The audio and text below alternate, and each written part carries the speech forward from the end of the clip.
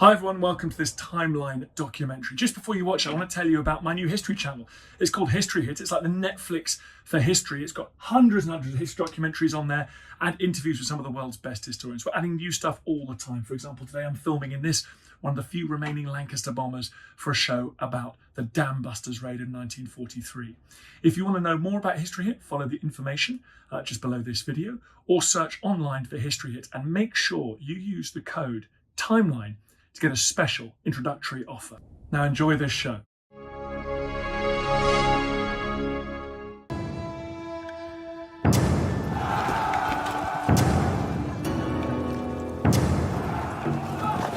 For 2,000 years, there has been a legend of a warrior king. There's only one way to survive, and that is to conquer!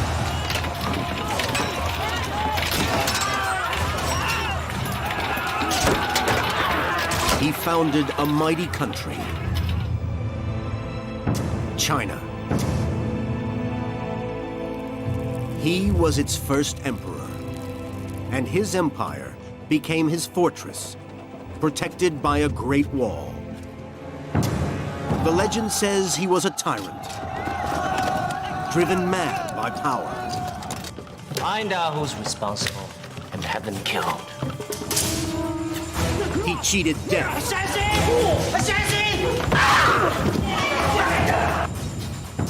And built a tomb the like of which mankind has never seen. But it wasn't enough. He wanted to live forever. Where does it come from? Immortality. And if I do not have it, who does? A man with one extraordinary vision. How big is this supposed to be? How big is this going to be? And he left a legacy that has lasted over 2,000 years. Your divine son speaks! Here I am! First Emperor of China!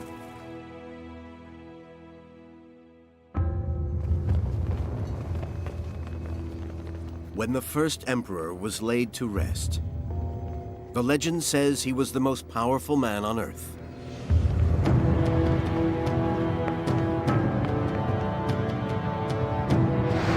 That for 30 years, he'd subjected China to the most violent and bloody phase in its history. Yet achieved the impossible. He unified a people.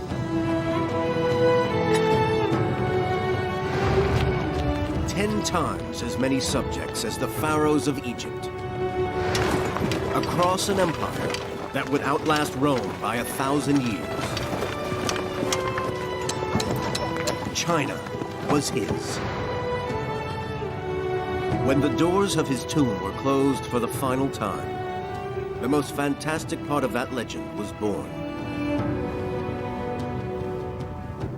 The great ruler, it said, was sealed in a bronze model of his world, at the heart of the largest mausoleum on Earth,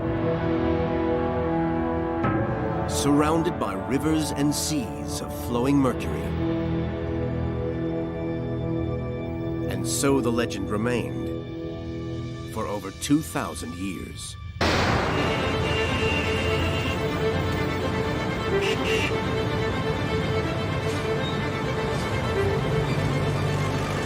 Jeffrey Regal from the University of California wants to separate fact from fiction. He has come to China to examine the latest research on the first emperor. Unlocking the truth behind one of the world's greatest legends. What we knew from these early stories, from these legends, was the tale of a person who seemed from those sources to be larger than life, almost impossibly large as a real figure, as an historical figure. Even though we knew that, of course, he had indeed accomplished the unification of the empire. how did he do it? How did it come about? How could such an enormous historical personage exist? Here I am! Oh, heaven! The reality of the emperor's life has long been shrouded in mystery. For 2 millennia, the only detailed information came from a single written history compiled 100 years after his death. The Shi Ji, the records of the grand historian Sima Qian, the foundation of the legend. We see the first emperor from many different perspectives, and we're able to sort of recreate the first emperor from the position of his high officials, from those who tried to assassinate him, from the kings who fought against him, even the ordinary person in the street. It's an entire world that Sima Qian has recreated for us. But for 2,000 years, all we had was this text. Then in 1974, archaeologists found the Terracotta Army. It stunned the world. And the greatest archaeological find of the 20th century became the first real physical substance to the legend.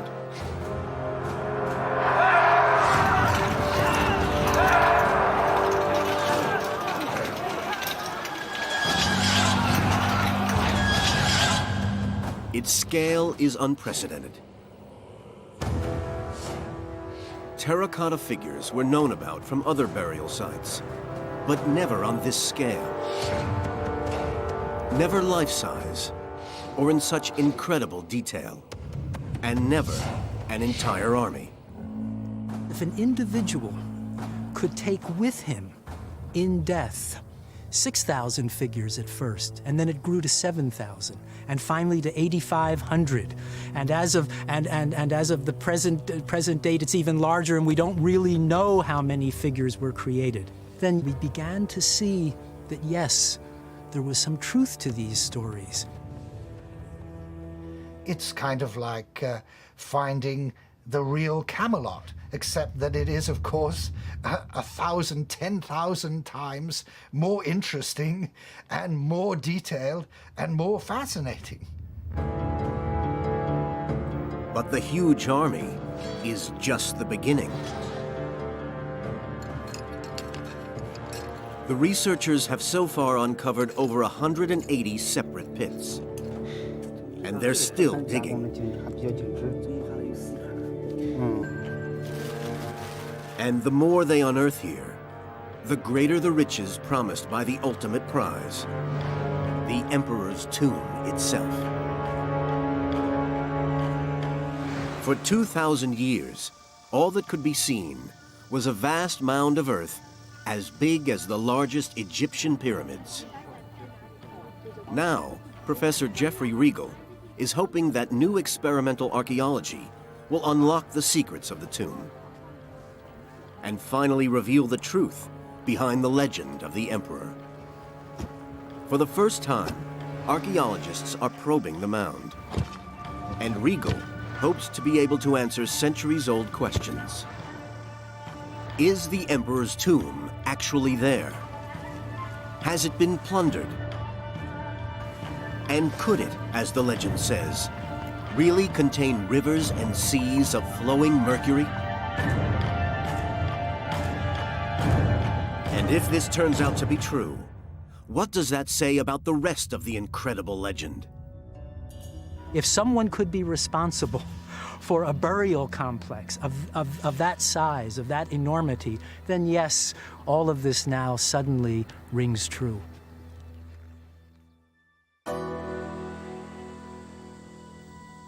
The first emperor shows little sign of greatness the day he becomes king of the western Chinese state of Qin.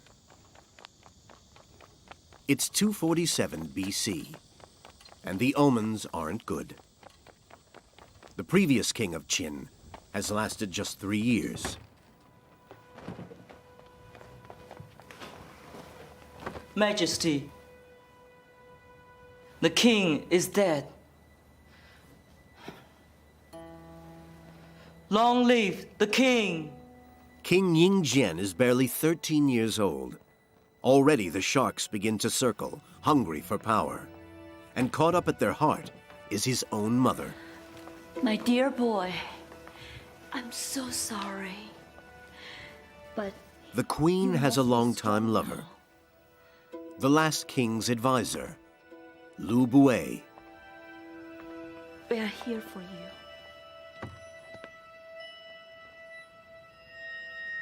Majesty, it would be my honor to serve you as Prime Minister. Let's not talk about this since tonight. But you should confirm Uncle Lu Bui as your Prime Minister as soon as you can. We all think it's for the best.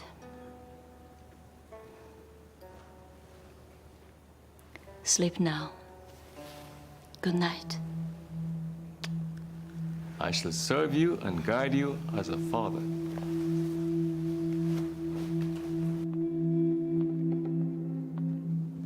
You will get him to do it tomorrow, won't you, my dear? Be patient. Then why should we wait? This is our time to rule. All I need is his appointment. Trust me. Good night. Nations like Qin have always been run as a feudal family business by men like Lu Bui. But there is a revolution coming that will change all that. First, here in Qin, and ultimately, the whole of China.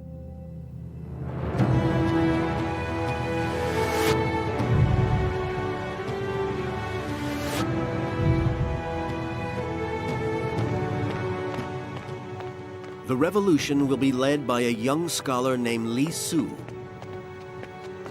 Just months after Ying Zheng becomes king, Li Su arrives at his court looking for a job. But the man who hires and fires here is the queen's lover, Lu Bui, now prime minister.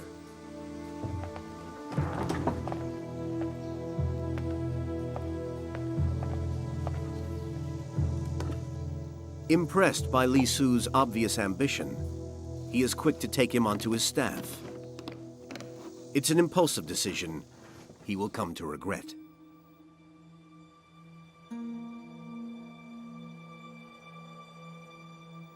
The scholar already has a clear idea of how things work here and how to make his name.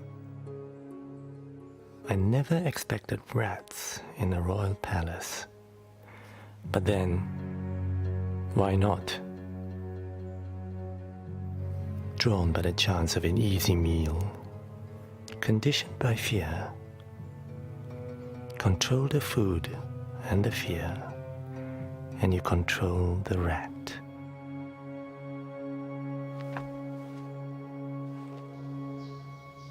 Same everywhere. Prime Minister Lu Bui allows Li Su an audience with the young king without taking care to be present himself. We are the strongest state within the seas. By taking advantage of our own strengths and the weaknesses of our enemies. Surely, with the power Qin has at its disposal, it would be possible to completely wipe out the feudal lords, uniting the whole world under one rule. This kind of opportunity, sire, only comes once in 10,000 years. Yet destiny rarely ever creates a man great enough to take advantage. But I believe the great ruler is you, Majesty, and the time is now. Li Su awakens in Ying Zheng a realization that real power is his. He just needs the courage and the vision to use it. And over the next decade, he will do just that.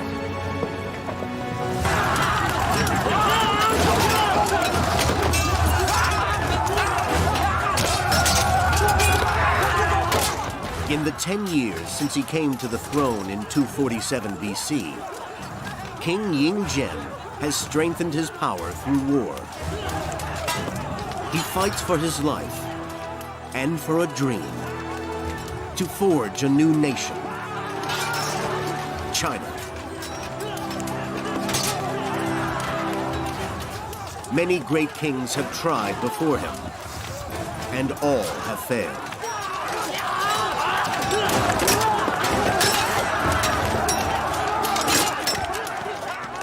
But this time will be different, because Ying Zheng is different.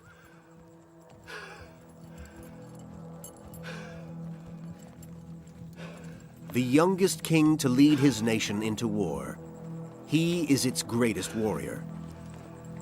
A visionary leader, burning with ambition. If anyone can unify China, it is him.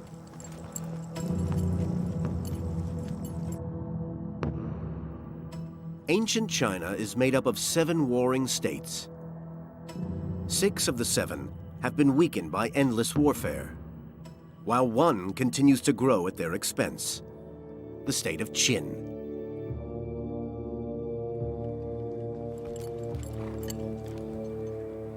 Well, you've won! In its campaign against the state of Zhao, the Qin army takes over 10,000 prisoners. The rules of war are explicit. Prisoners must be cared for. And the day is yours! And this is yours! However, looking after captives would slow down his campaign. You want to know what to do with it?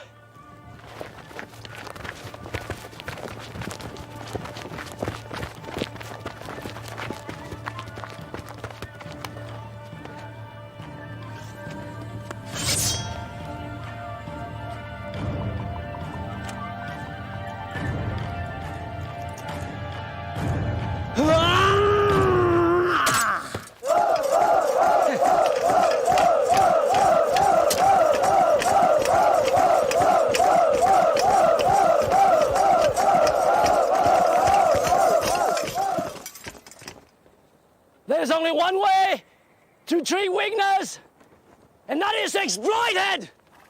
There's only one way for Qin to survive, and that is to conquer! All 10,000 Zhao prisoners will be executed. And Ying Zheng defines his quest for empire. Bloody, utterly ruthless, and totally dependent on the army. For 2,000 years, no one had any idea what that army was really like. But now, it can be seen, frozen in time.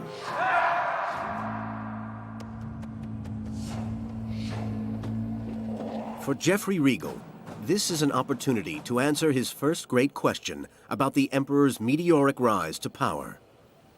Militarily, how did he do it?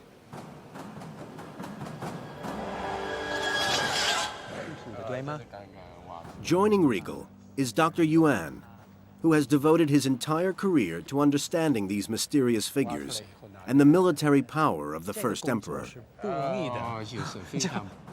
1978年你开始画的排列的相间排列，这个呢，总共是38路纵队的。对呀。To date, they have unearthed over 7,500 individual warriors. In all respects, except living flesh and blood, these were real soldiers. The people who made these figures and arranged them were following real military procedures. So this really represents what the Qin army looked like. This gives us an idea of Qin military formation and the way in which the Qin army was actually put into the field. The big surprise was that the front three lines were highly mobile infantry. It appears these were the emperor's shock troops. Behind them came the heavy infantry, who in turn were supported by columns of chariots.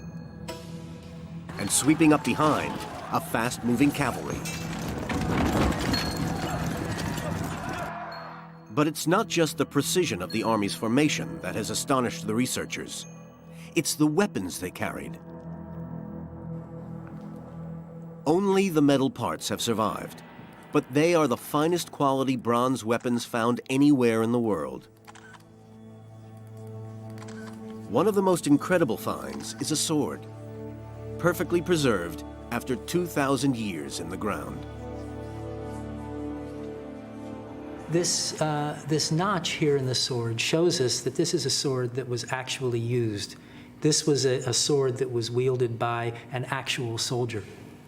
Professor Yuan has explained to me that this remarkable weapon is longer than any sword that existed before the Qin dynasty started to make these, significantly longer. Qin armorers managed to perfect the art of bronze making to give their soldiers 30% extra reach and cutting power in close quarter combat.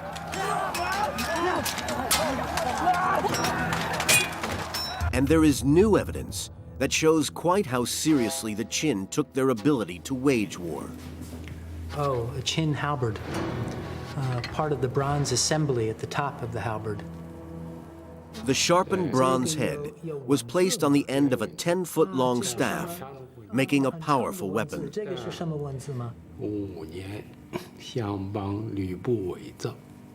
This has an inscription. What it says is that in the 5th year of the King of Qin's reign, the Prime Minister of State, Liu Buwei, had this halberd made. That's a guarantee of its quality and that it was made to a standard so that he himself was being held accountable for the effectiveness of the weapons that the soldiers were carrying into battle.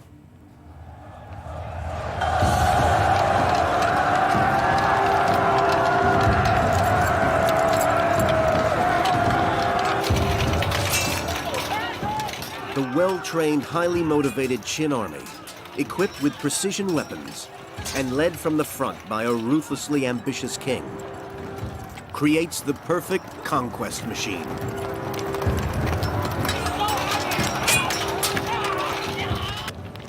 Within 7 years, Ying Zheng captures 13 cities from the state of Han,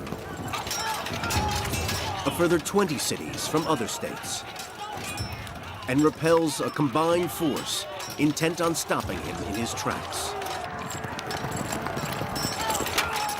But while foreign enemies are easily brushed aside,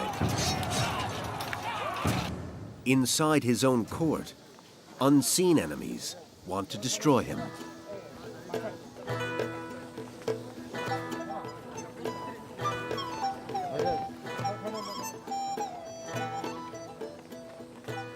The official history records Ying Zheng's coming of age at 20 years old as the defining moment. The entire court is assembled in celebration. But not everyone's watching the show. The Queen has a new favorite. Marquis Lao Ai.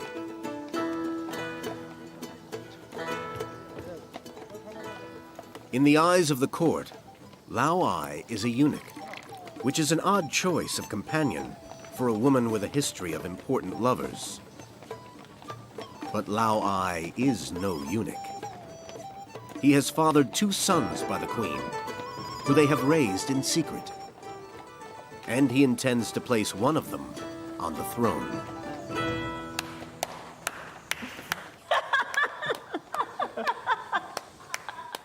But the king has his suspicions about his mother and her supposedly secret lover.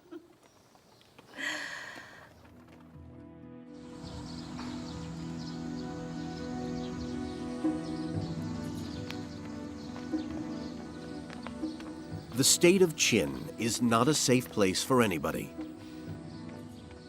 The queen has kept her young son secret, in the care of eunuchs she believes are loyal to her. But loyalties change quickly, and the king has learned of their existence.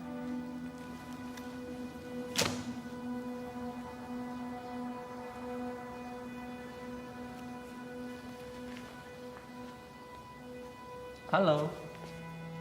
Hi. 过来，过来，过来，过来，过来，来这边跟我坐。来。哎呦 ，You are so heavy. Come in. Knowing it's only a matter of time before his plot to put the eldest boy on the throne is discovered, the queen's lover, Marquis Lao Ai, makes a desperate bid for power. He has stolen royal seals, giving him the authority to mobilize troops. So you think you'll make a good king? Yes. The boys have just condemned themselves as a direct threat to the king.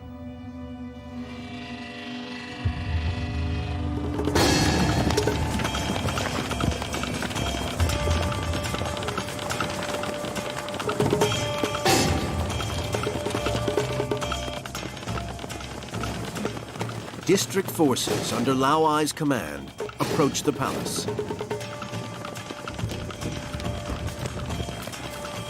He knows his only chance is to catch the king unprepared, with the palace lightly guarded, and seize the throne.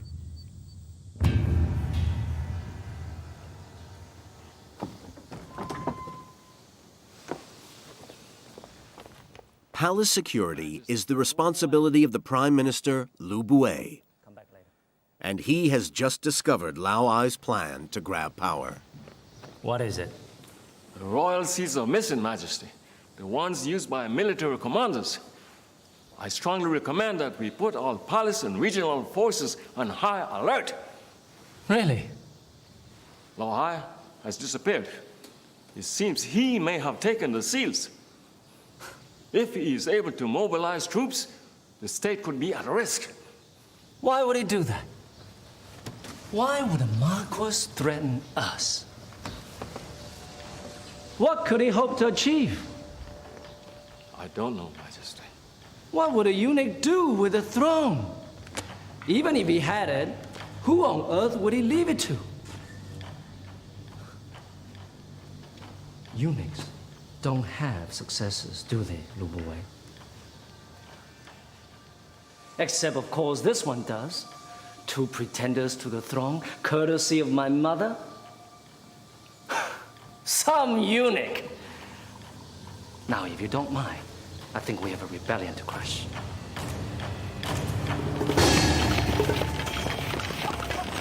Lao Ai's forces meet no resistance as they approach the palace.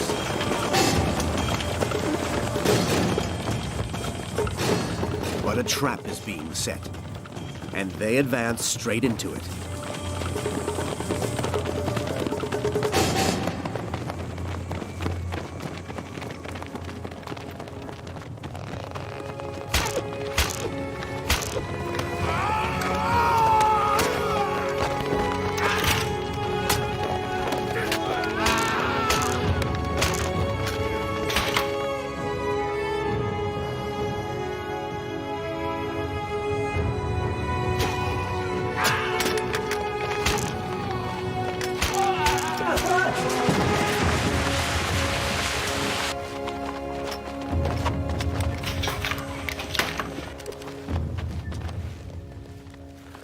Lao Ai's troops are annihilated, and he is taken prisoner.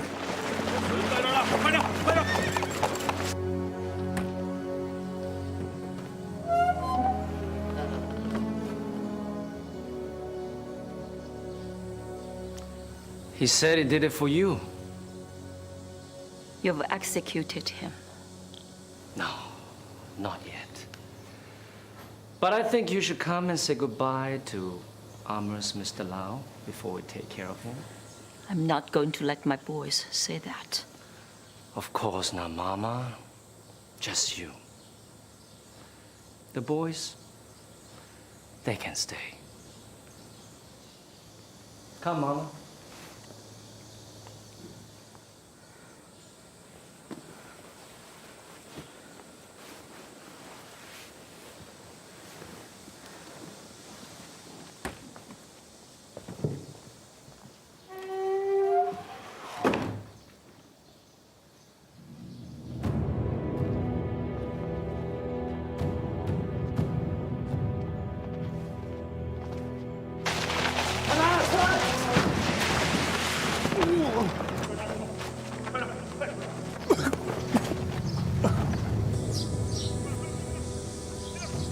Why didn't you tell me?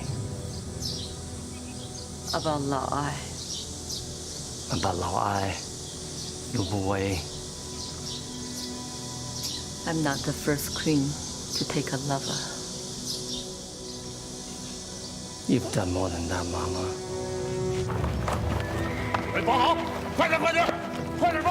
Lao Ai's execution is designed to send a very clear and deliberate message. Soon to be reinforced by killing every single member of his family.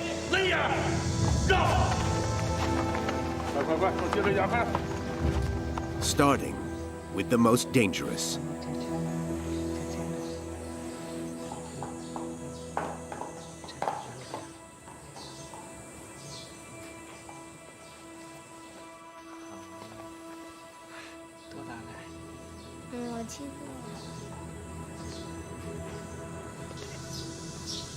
And the boys? Lao Ai knew you see them as a threat. They are not. Not now.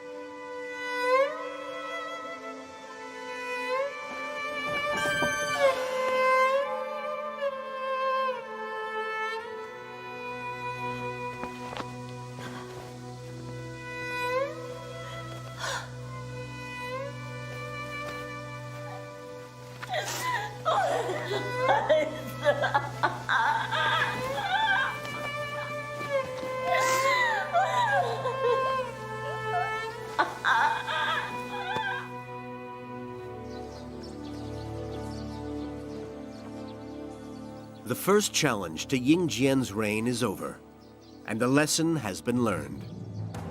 Ruthless control becomes the standard treatment for all, including his own family. His mother has conspired against him, and her sons have paid the price.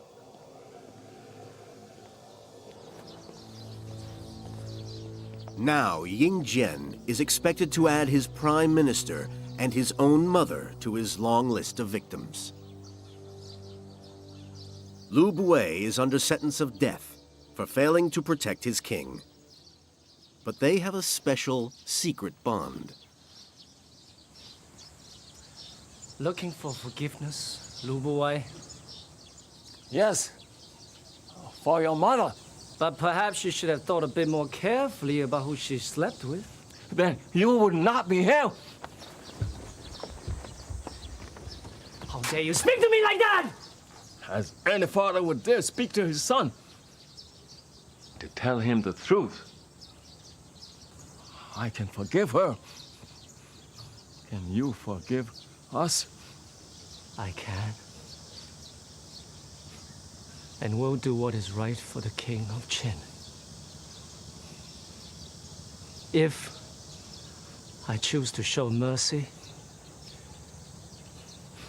then it is only the judgment of a ruler. Nothing more.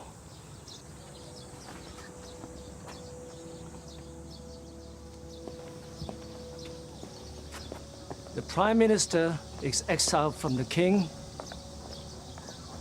his son, and the king's mother. Both parents' lives are spared. But within the year, Lu Bue will commit suicide, a disgraced and broken man. Waiting in the wings, his own protege, the scholar Li Su. He will be the new power behind the throne, perfecting a totalitarian ideology, ready to impose on a unified China. By 227 BC, the Qin state has swallowed 3 of the independent states of China, like a silkworm devouring a leaf. Panic spreads ahead of the advancing war machine. The state of Yen is next in the firing line, and they know they will be powerless to resist. A diplomatic mission is sent to the Qin court. Its aim, to halt the advancing bandwagon in its tracks. They bring peace offerings to King Ying Zheng. The first is a map of Qin's conquests, guaranteed to flatter the king. The other gift is the severed head of a renegade Qin general, returned as a sign that Yen will not harbor Qin's enemies. But the men carrying them are no diplomats. They are professional assassins, and neither expects to return from the mission alive.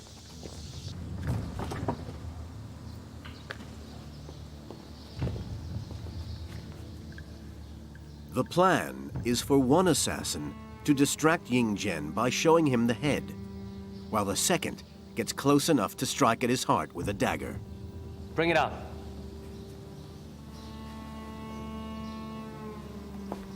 The first assassin keeps his nerve.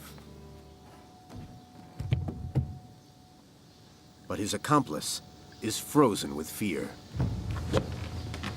Bring me his gift and let him wait outside. He's going to have to act alone.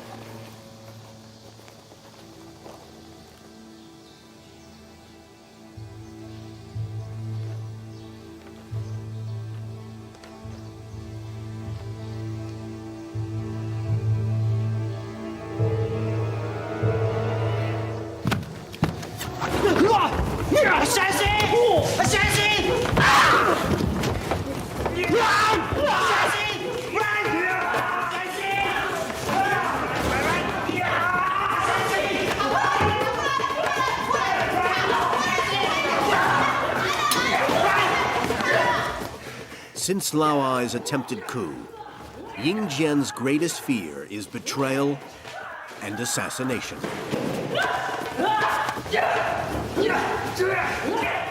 Now, no one in court is armed except him. And no one except him can summon troops.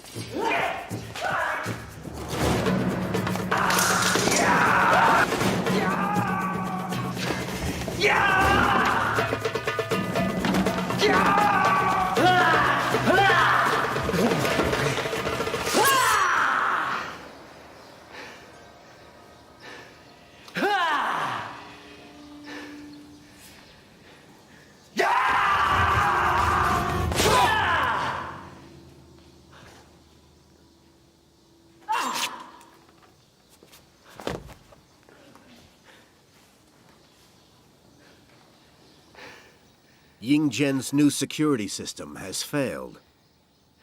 The great conqueror, the invincible king, was inches from death. And he knows it. Where are you? Where? A bunch of headless chickens? Farmers?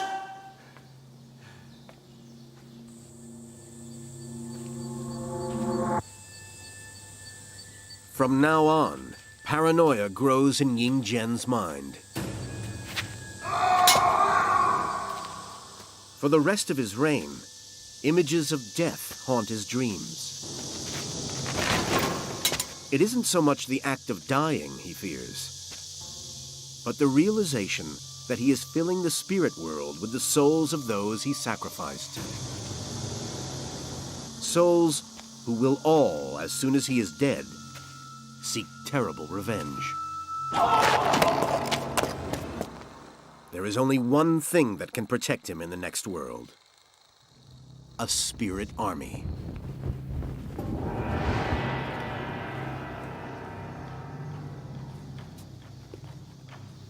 Since the moment he became king, Ying Zheng has planned for his own death. A tomb is being constructed, which by tradition will contain replicas of his most precious possessions, including his army. Good. That tradition will continue, Very good. but on a scale no one has ever seen before. How big is this supposed to be? Well, it's a simple question. How big is this supposed to be?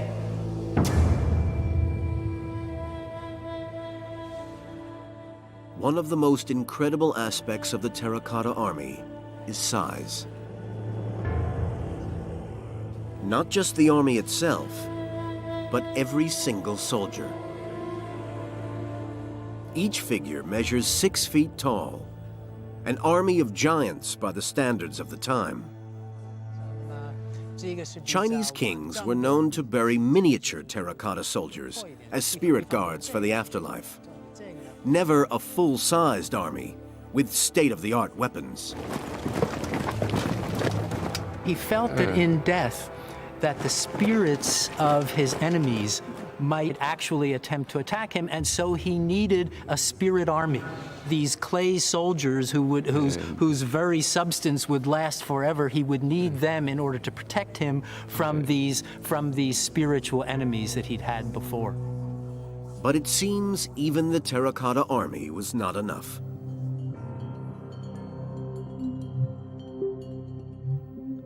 Closer to the Emperor's tomb mound, a new pit has been discovered. A research team under Dr. Duan Qingbo were expecting to find an imperial palace guard. But all they have unearthed are empty suits of armor made of stone, and no sign of any terracotta warriors to wear them. Regal believes the evidence points to an emperor more and more obsessed with death and betrayal. Hey, Duan Qingbo. Oh, 你好，你好，你好，近来怎么样啊？挺好的，挺好的，你好，欢迎。 When we look at Chinese historical texts, it's unprecedented that we would find or know about stone armor. And in fact, the belief of Mr. Duan and his team and their colleagues is that the burial of this stone armor may have had something to do with the rituals surrounding worship of the spirits of dead soldiers who suffered violent deaths, whose bodies then could not, were torn apart, could not undergo the proper kinds of burial rituals. They didn't have, in the Chinese definition of things, a happy death. So something had to be done for them, because otherwise they might become vengeful spirits. They might turn against the first emperor himself. So here, in this pit, something is being provided for them. 这个吧。Duan's team has so far found over 200 sets of stone armor in this one small pit. But this excavation is just the corner of a pit as big as the Terracotta Army itself. Tens of thousands of stone armor suits were made ready for the spirits of dismembered soldiers.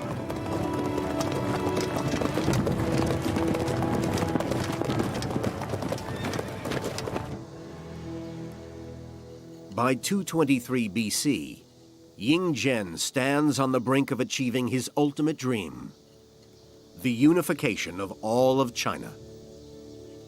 He's taken all but 2 of the 7 warring states, with the largest state of Chu, the last great prize to be claimed. But the conquest machine has stalled.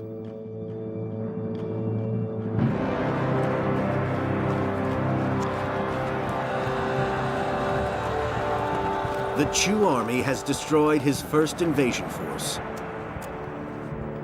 and they're more than ready to do it again. Now, 500,000 Chu soldiers threaten to end Ying Zheng's dream of empire. In a desperate bid to overcome them, he commits everything he has. New provisions, better weapons, and 500,000 more men.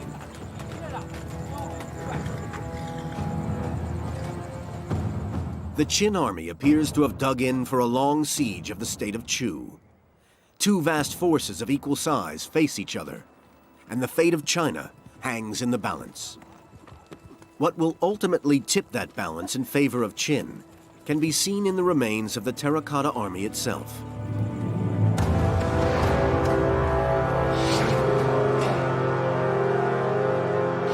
One of the greatest finds is a perfect replica of a Qin war chariot. On its front, a model of one of the deadliest weapons ever created, a Qin crossbow, the assault rifle of the 3rd century BC.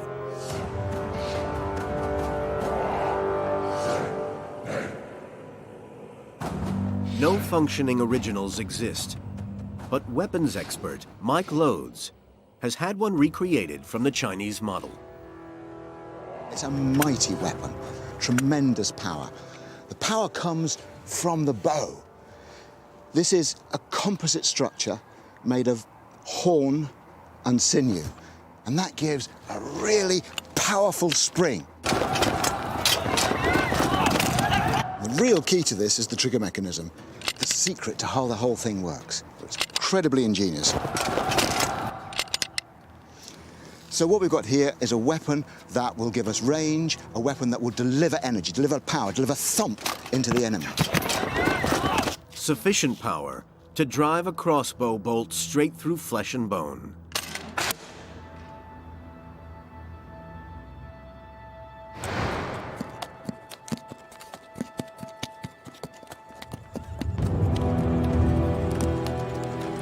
(223 BC), and the Qin army appears to be an immovable obstacle, dug in for a long siege of the state of Chu.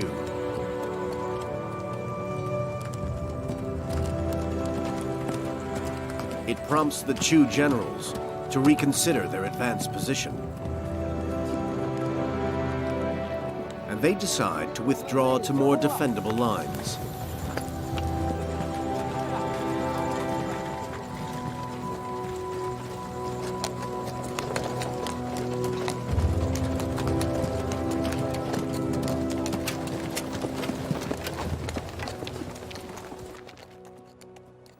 But what looks like the static Qin encampment is in fact an illusion.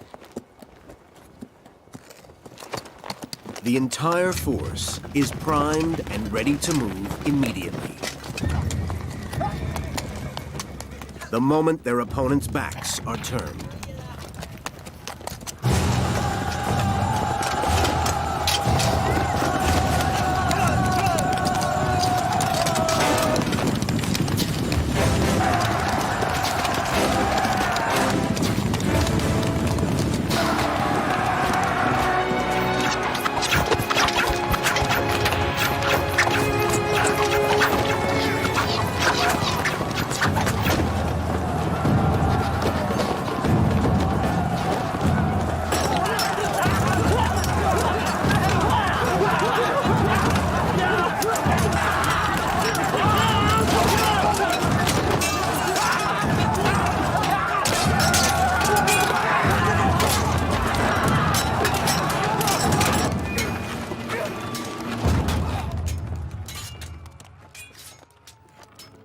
The last great obstacle to Ying Zheng's imperial dream is finally crushed.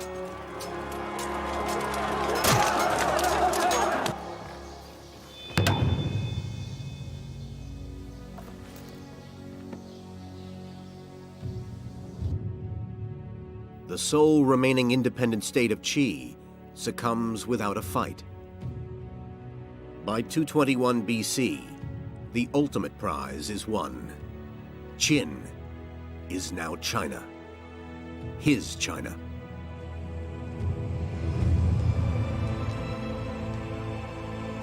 At the age of 34, Ying Zheng is crowned with a veil of stars, symbolizing the divinity of China's first emperor. Now his ministers are ready to suggest a title suitable for the greatest ruler in China's history.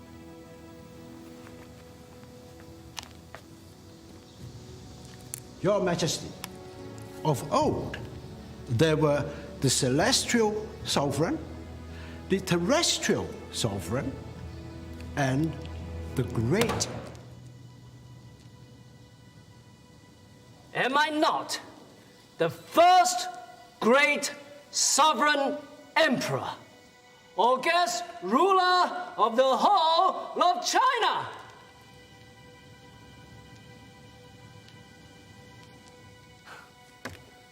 Or am I missing something? Majesty, your vision humbles and inspires us. It shall be so. And my son will be the second divine emperor, and his son the third, and so on to 10,000 generations. Your Majesty. He called himself Qin Shi Huangdi. Literally translated, this means he was the first august god of the Qin. He regarded himself not only as a deified figure, but as an initiator, a creator, someone who was beginning a long lineage. And so, with the help of his chief minister, Li Si, the first emperor, Qin Shi Huang, put in place a system of governance that would long outlast him.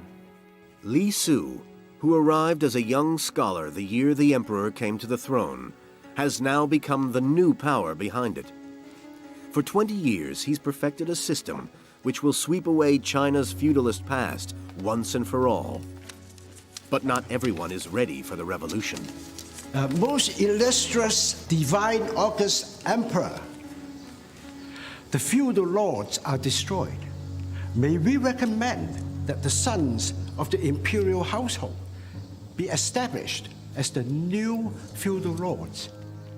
Everyone expects that with unification, the feudal order will continue, with power and privilege taken from the emperor's enemies and given to his family and friends. May it please His Majesty to give his consent? But they are in for a shock. Li Si.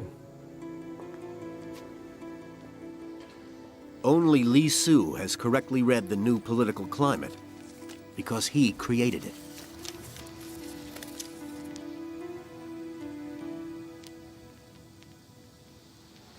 This is insane.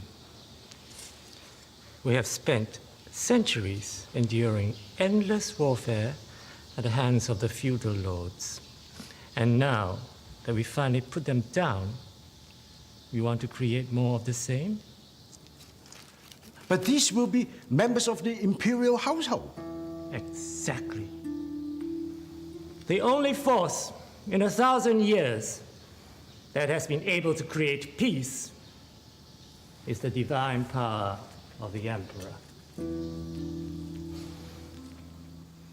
There must be no loyalty but to the emperor, and his divine power must be executed in the most efficient way possible through officers who have no other interests except to fulfill his divine order. Without this, the chaos and warfare will return, which, of course, we do not want.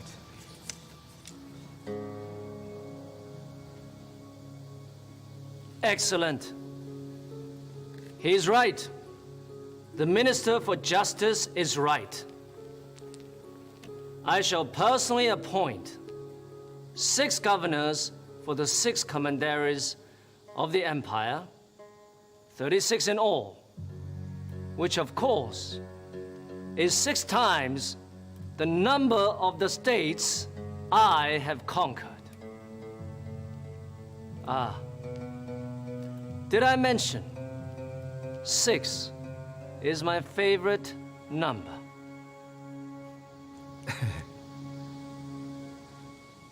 Li Su's totalitarian philosophy is called legalism. And there is evidence that shows how total the power of that new regime became.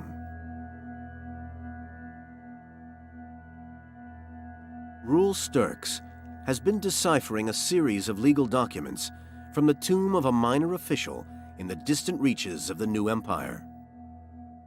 The text sets down rules that governed every part of every citizen's daily life, and the penalties for transgression. If you look at the punishing system in the Qin legal system, then physical punishments that include mutilation, tattooing, for example, tattooing the body, tattooing the face, cutting off parts of the limbs, these were traditionally among the most severest punishments.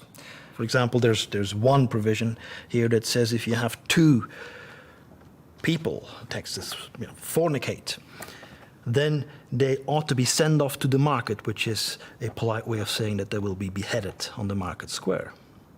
So even private life here is part of sort of the tentacles of Qin law, now to be universally applied to everybody who was a subject, of this new world order called the Qin Empire.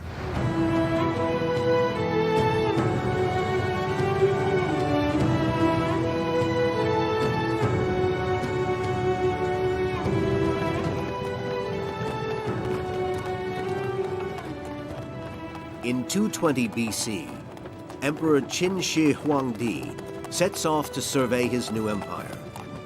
For the first time ever, a secure and peaceful land. And he intends to keep it that way. Millions of deconscripted soldiers are now freed from fighting, ready to be reused. The empire is won, but it must be secured with a great wall.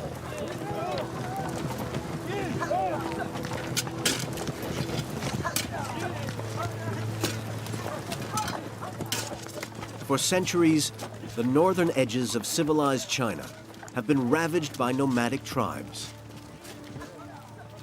And though the frontier towns have had defensive walls, there were always plenty of gaps. Now, that will change.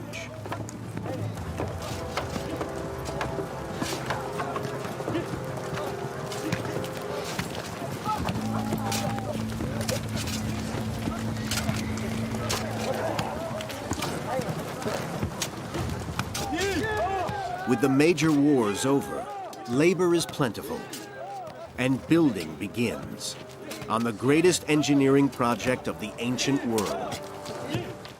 A single impregnable barrier to seal the empire. The Great Wall of China.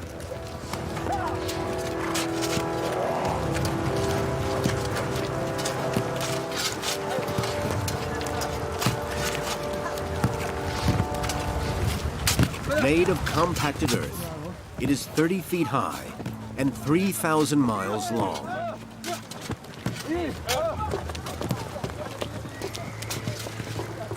At its peak of production, the records say, over 1 million people are enslaved to build the Great Wall.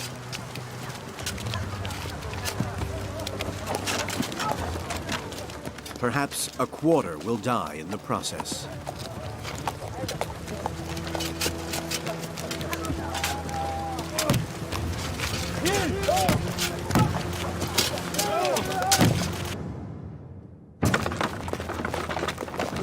The emperor's demands on labor keep on growing. With the empire secure, he turns his eyes to the fulfillment of his next great vision, sending thousands more workers to build a tomb, befitting the first divine ruler of all of China.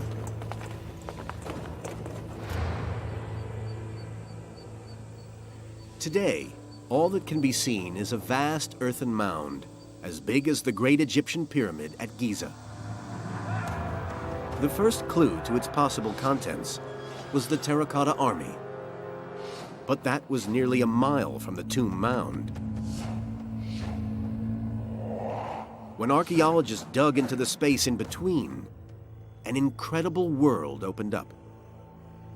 To date, they have found over 180 separate pits, containing so much more than soldiers.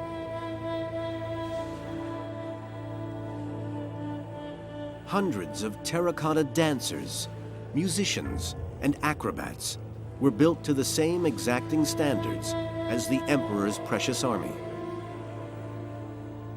And the imperial craftsmen, freed from making weapons, created perfect birds to stand in the artificial lakes of buried gardens. And perhaps the most exquisite bronze artifact ever found, a half-scale model of the imperial chariot to convey the emperor in his underground world.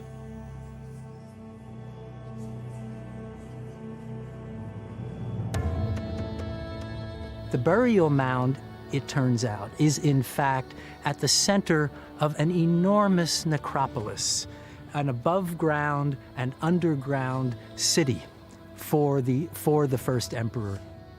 It would provide him, it would continue to provide him with all of the trappings of power, with all of the protection that someone of his status required. But there was no way to see the ultimate symbol of power, the tomb itself. Yet again, it was the ancient official history that provided the only clue. But this time, the account seemed too incredible to take at face value. 令将作记录时有所权尽者，既设之。The emperor sent more than 700,000 convicts to dig down through 3 rivers and fill it with bronze. On the floor of the vault, there was created a map of his entire empire, all of China. He had artisans stick jewels into the ceiling to represent the sky, the cosmos above.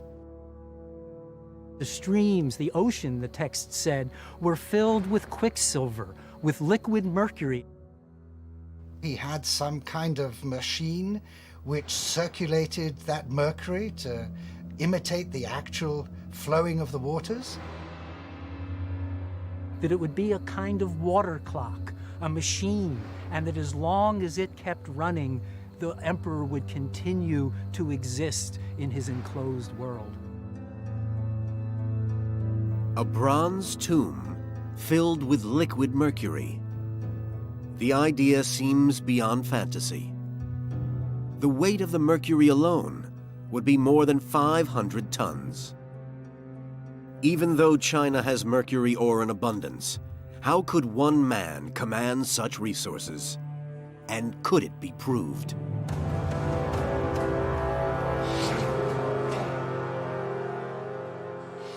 The tomb of the first emperor of China has been sealed for over 2,000 years.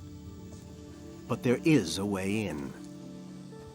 Using a new combination of techniques, including ground-penetrating radar, electrical resistance measurements, and core samples, the research team under Duan Qingbo have been able to build up a 3-dimensional model of the entire complex. Beginning with the outer walls of the necropolis.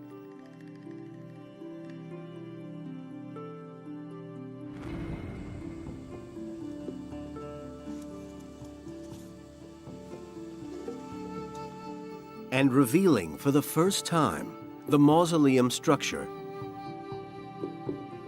hidden beneath the mound.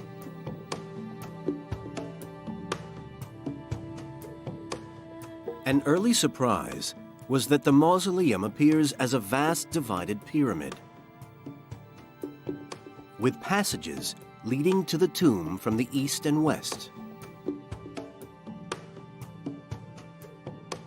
And when they took the all-important readings from the ground underneath the pyramid, they discovered the tomb itself, seen here as a clearly defined area marked in blue. An underground space hermetically sealed for over 2,000 years. It measures as big as a football field. And though at first the pyramid appeared to be a solid closed structure covering over the tomb, the outer surface of the tomb's roof is in fact open to the sky. Or it would be, if it hadn't been covered by 1 million tons of earth 2,000 years ago.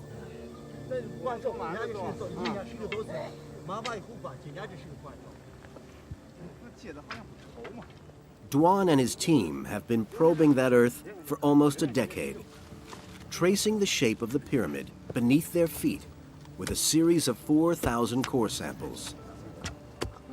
And each one, Jeffrey Regal realized, could potentially hold an incredible piece of evidence direct from the tomb itself. Because if there was mercury there, over the centuries, mercury vapor could seep through the roof and into the surrounding soil, where Regal hopes they may be able to detect it.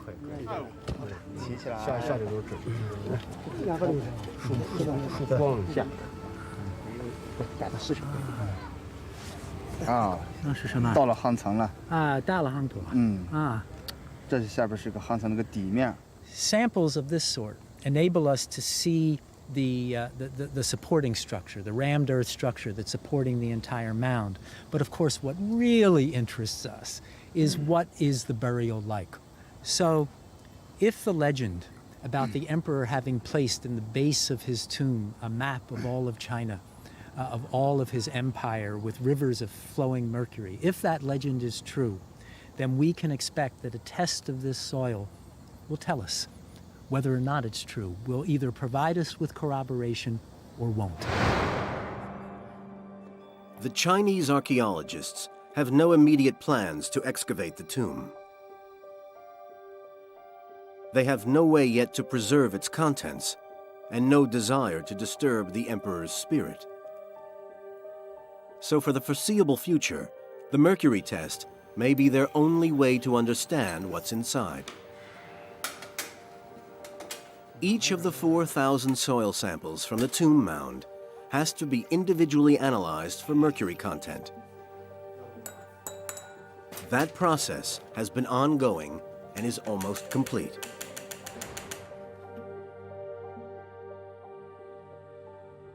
By 215 BC, the tomb itself is well on the way to completion. But the man it is intended to house suddenly has a change of heart. No. The idea of an eternal afterlife, however grand, is no longer enough. I will live on. I will live on.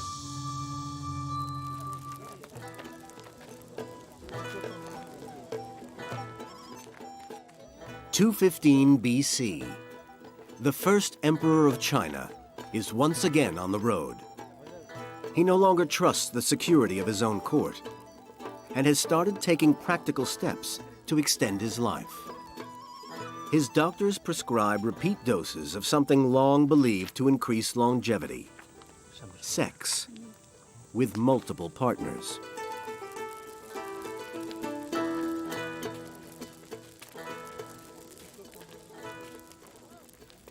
But his new court physician, Zhu Fu, has suggested something more chemical. A substance whose eternal properties are thought ideal for the emperor's tomb. Properties, Xu Fu hopes, will keep him out of that tomb indefinitely, if consumed. The mystical substance, mercury. Have you got it? Yes, Majesty. Will it work? Majesty, all the world's alchemists agree that mercury is highly indicative of increased longevity. How increased? Sire, as with sex, given the right application, it can help. A lot. How much longer one can expect to live is not guaranteed. And what is?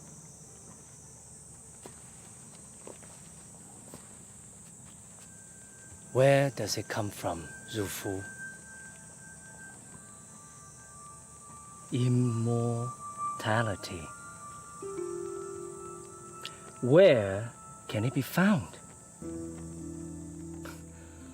Why do I, the first divine sovereign emperor of the whole of China, not have it? And if I do not have it, who does? Sire, there is a legend of a place where the immortals live. A series of islands called Panglai, where we believe the immortals reside forever. There are two types of elixir, one to restrain the flight of the Hangzhou upon death. Find them. Majesty? You will go there, find them, and bring them back to me. And then you will personally administer them to me. Majesty.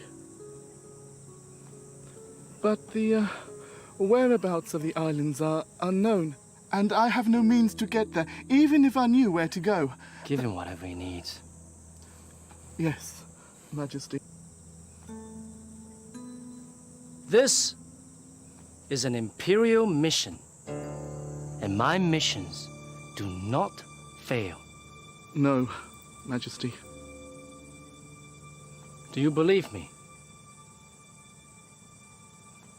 Yes, Majesty. Go. Xu Fu is given a small army of his own with which to conquer death. Thousands of young men and women are conscripted to help him search for the islands of Panglai.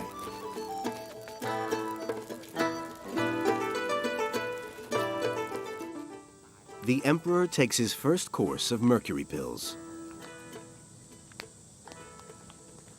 If Xu Fu is right, it might help hold back the years until the elixirs can be found.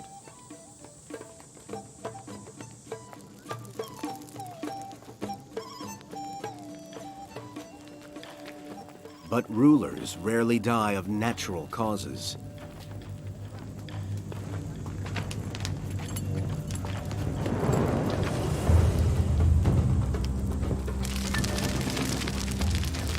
Accident or attempted assassination, history doesn't record. But the real cause of the fire in the imperial encampment makes little difference. For the emperor, there are always enemies. Unseen enemies. Enemies within.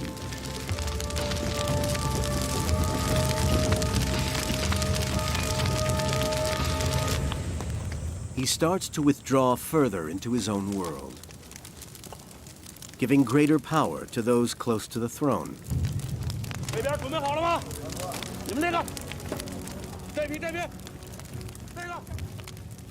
By 213 BC, Li Su, now promoted to prime minister, has been left free to expand his totalitarian state beyond the mundane rules of life.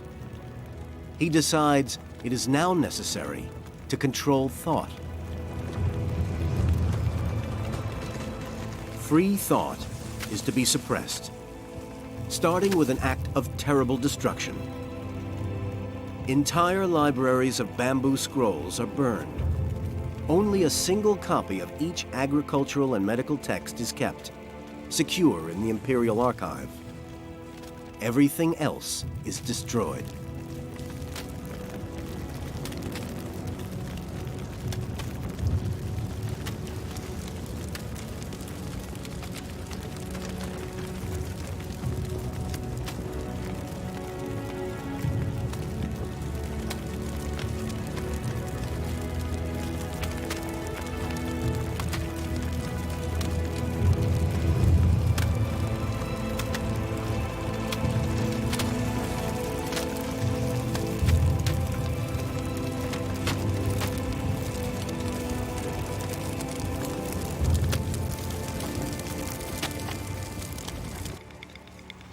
There are worse shocks to come.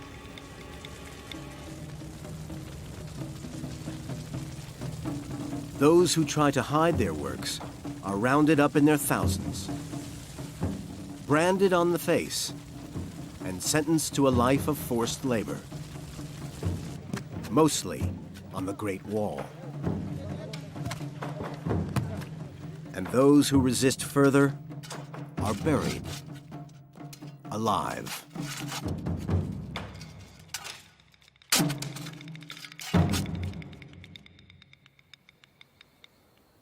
And all the time, the Emperor's contact with reality is being loosened still further, aided by his mercury consumption. The dose has been increased over the last 5 years, as his desire for immortality has become more obsessive. And the elixirs of the islands of the immortals have failed to materialize. But far from prolonging his life, the mercury's actually having the opposite effect. Take it away. Liquid mercury was known to Chinese alchemists as the only substance that could dissolve the eternal incorruptible metal, gold. To the ancient mind, it must have seemed like a supernatural substance. There was nothing like it. I mean, the natural inclination is to think it has some power, that maybe if you took it into your body, then it would pass this magical property onto you and even perhaps help you prolong your life. But not in its liquid form. Pure mercury cannot be absorbed by the human body.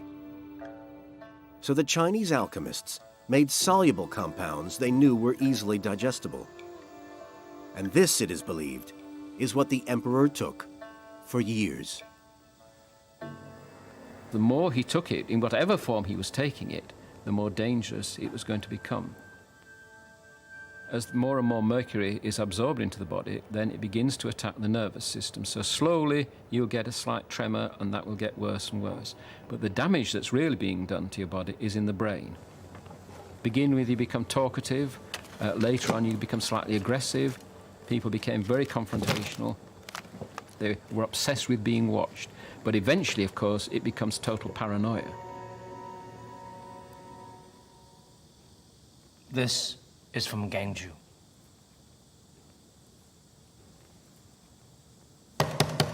Directly from Gangju.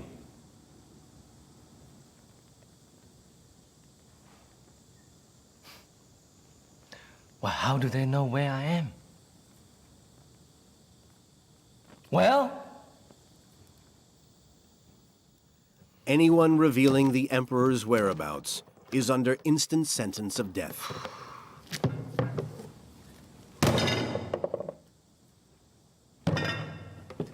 Find out who's responsible and have them killed.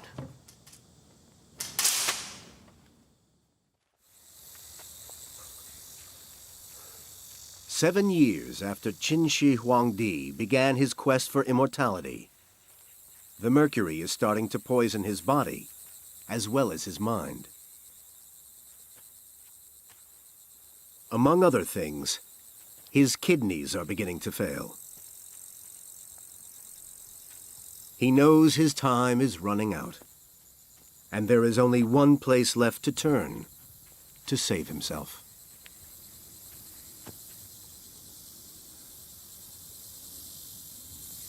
Here I am! Oh heaven! Your divine Son speaks!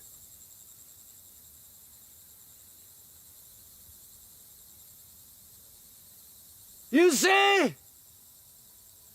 The world is united at last!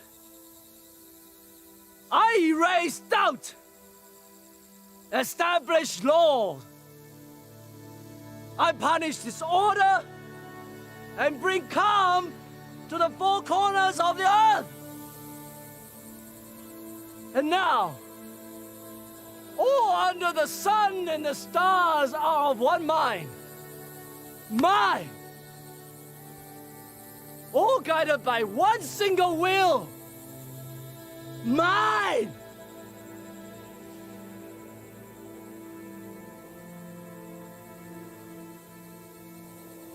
And one day, I shall be gone. I shall be gone.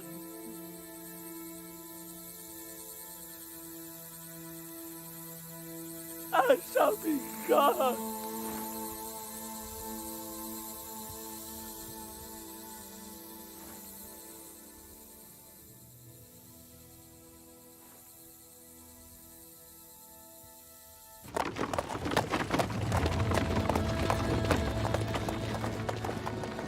"35 years after he came to the throne, Qin Shi Huangdi embarks on yet another imperial tour. But this one is different. Where once there was a prosperous and powerful nation, today the nation rots. The land is starved of labor for the emperor's great projects. Famine looms, and there's nothing anyone can do.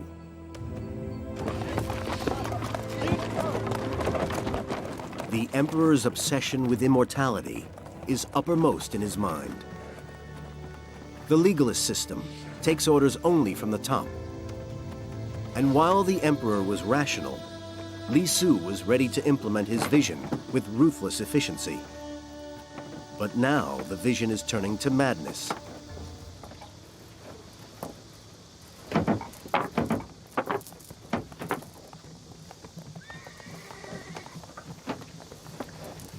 Li Su?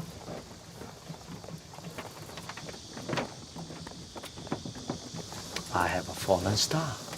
The emperor's latest diversion is a meteorite, which fell to Earth in a distant province. To Qin Shi Huangdi, it is a sign that his call to the heavens has been answered. Do you know what it means? No, Majesty. This is a divine message. There will be no after Qin Shi Huangdi. Majesty? You don't suppose that I'm just gonna die? Of course not. We are searching for the elixirs of Peng La. Su Fu failed, didn't you know that? Never came back. I sent the spies to find them, and do you know what they said to me? They couldn't find the island because their way was blocked by a race of giant fish. Majesty, we will move heaven and earth. All right. Li Su, I had a dream about a sea god in human form. Me. I am the sea god. I've ordered the armorers to build me a giant crossbow so I can hunt the fish. How big do you suppose they are? In the sea. Yes, that's where they live.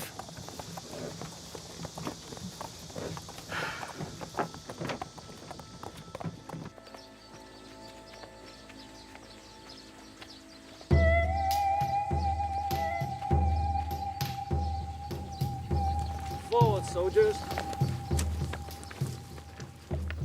The historical records say the emperor reached the island of Jifu on the coast of China in the 10th month of 210 BC.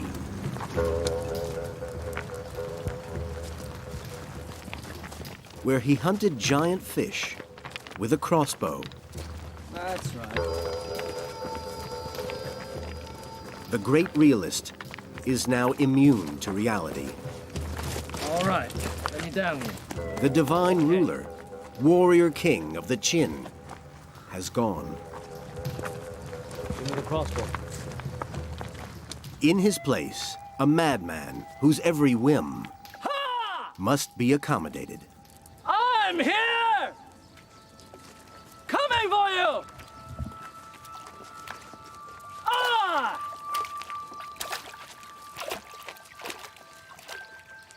I am the first sovereign emperor of the whole of China! Emperor Qin Shi Huangdi! And now, I command you to let my people pass!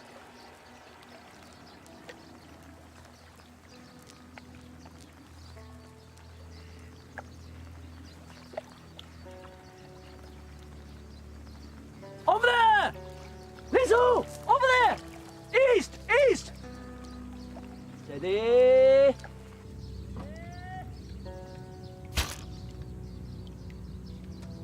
I got it! Listen, you see that? I got one! While the emperor plays in a world of his own, his advisors plan what to do with his empire. Once his poisoned body has gone the way of his poisoned mind. Wow! Yo! Two! Listen! They know it won't be long.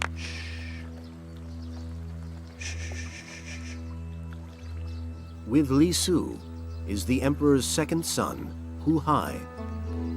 Hu Hai is not the emperor's first choice to succeed him. But the emperor will not live forever. And Li Su has plans to change the succession.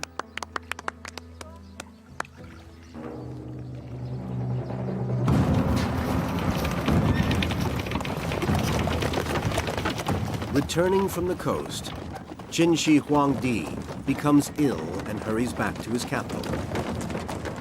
He writes to his eldest son, Fu Su, telling him he is to succeed as the second emperor. But the imperial convoy is stopped in its tracks.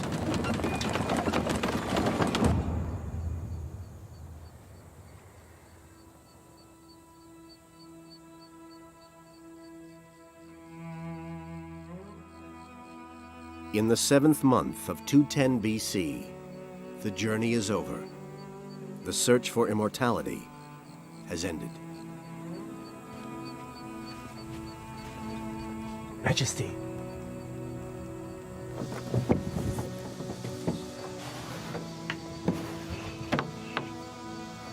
Majesty?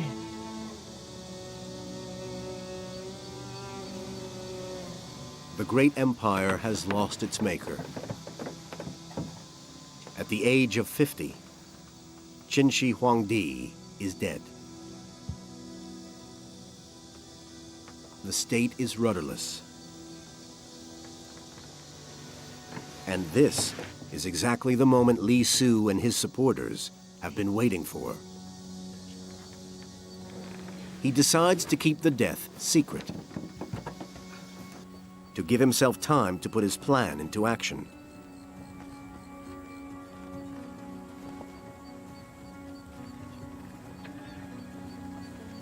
They know the letter to his son was written, but they don't know if it was ever sent.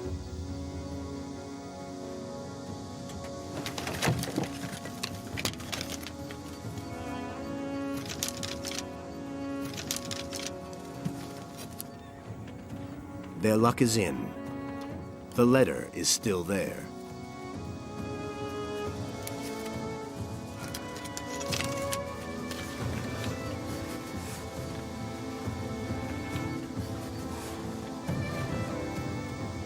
They now have the power to change the imperial succession. And it will bring the empire to its knees.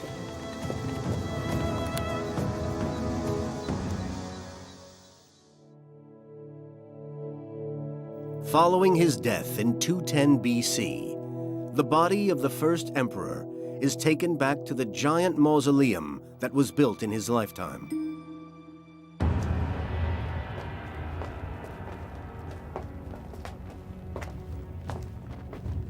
And after Qin Shi Huangdi, the most powerful man on Earth, has been laid to rest, the last few precious objects are ready to place beside him in the depths of his vast tomb.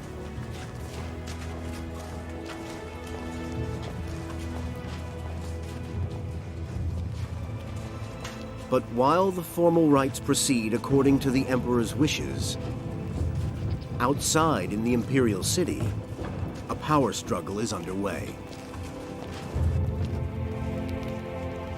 From a recently opened pit close to the emperor's tomb comes startling new evidence to suggest that the imperial family was tearing itself apart. Professor Yuan thinks that the death of this individual was very much linked with the struggle for succession after the death of the first emperor. What is remarkable is that there's an arrowhead embedded in the base of the skull, here, behind the ear.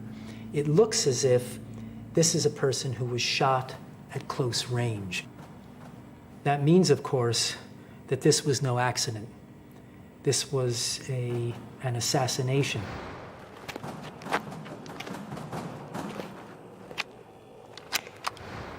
By tradition, the successor should have been the first emperor's oldest son, but several members at the court conspired to have a more junior member of the family succeed to the throne. After the junior member became the second emperor, he then saw to it that those who had opposed him, his brothers, his sisters, more distant relatives who were all members of the Qin imperial house, all of them were then killed.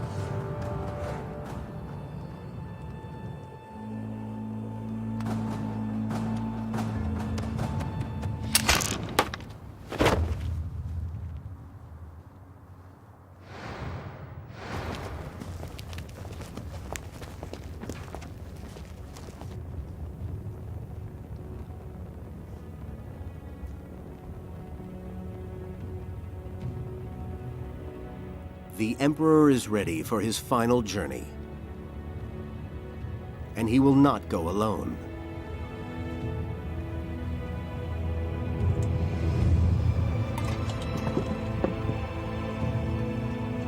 While his chosen successors are being assassinated, hundreds of his favorite concubines prepare to make their final act of devotion.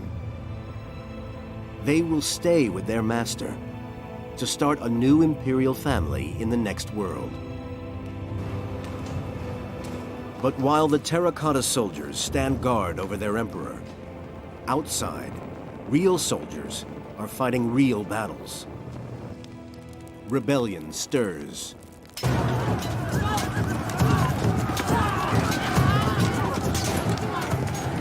And there is evidence that graphically shows how far that rebellion spread. Right into the compound surrounding the emperor's tomb. The stone armor reserved for the emperor's dead soldiers shows clear scorch marks from an intense fire that swept through the burial pits. The Terracotta Army itself was in pieces when it was discovered, smashed by rioters.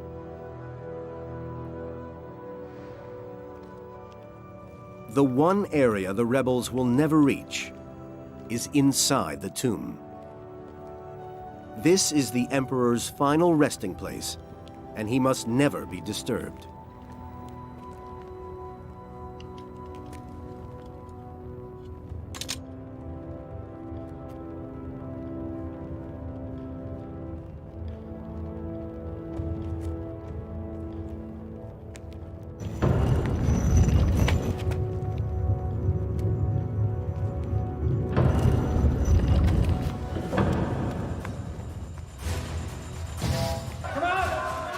It has long been decided that not only will he take his concubines and his Terracotta Army, but the designers, the architects, the engineers, and builders of the tomb, all those who know the way in and out, will be forced to stay.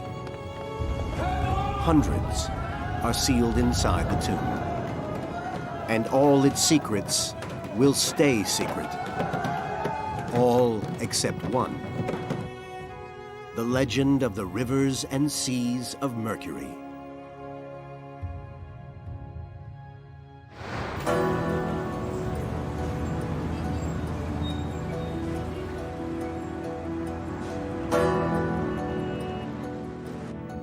"4,000 soil samples taken from the tomb mound of the first emperor have been tested and checked at Beijing University for traces of mercury.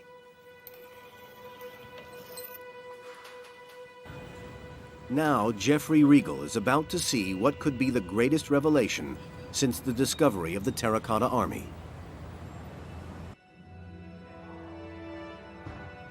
He's come to meet Dr. Liu, who's been processing the samples, and the results are ready.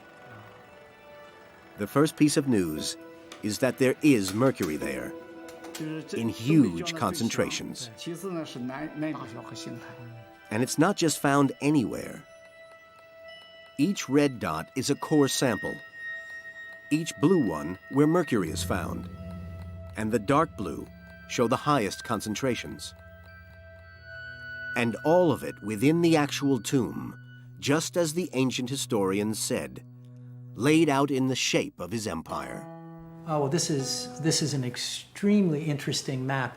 This concentration here corresponds to Bohai, the sea that we know the first emperor visited in his search for immortality. This concentration in the south and southwest would correspond to the great marshlands, the great wetlands of the southwest, and the Yangtze River. It's just startling, in fact, that one would find, confirmed so neatly, one would find such a striking and exact correspondence between scientific evidence and ancient legend.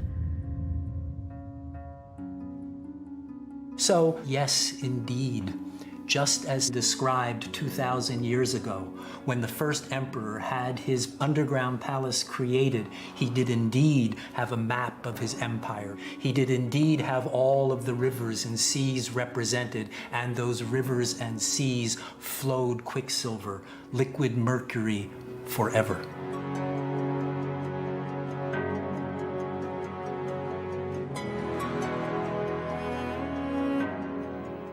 Qin Shi Huangdi left a legacy, the like of which has never been seen before or since.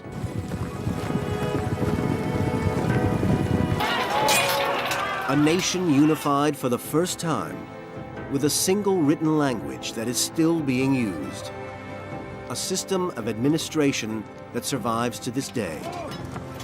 And a great wall that still stands at the edge of his realm. But more than anything, Qin Shi Huangdi created the idea of China, a people and a land as one. Perhaps his desire for immortality was realized after all. Here I am!